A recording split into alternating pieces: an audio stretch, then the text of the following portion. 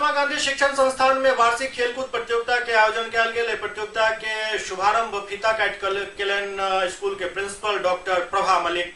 महात्मा गांधी शिक्षण संस्थान में वार्षिक खेलकूद प्रतियोगिता के भव्य उद्घाटन कयल गेल।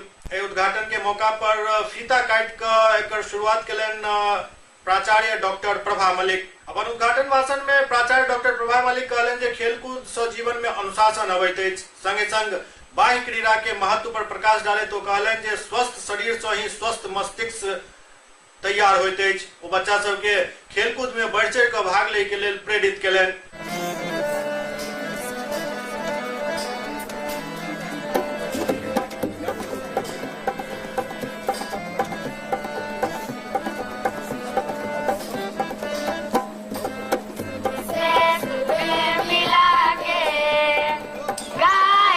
मंगल गान सुर से सुर मिला के गाए मंगल गान।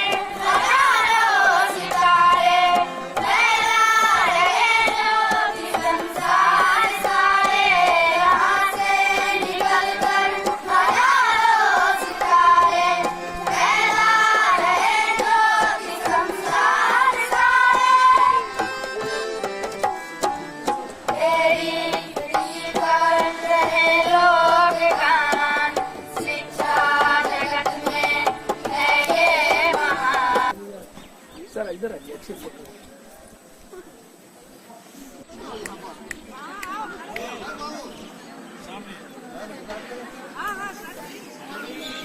सामने देखिए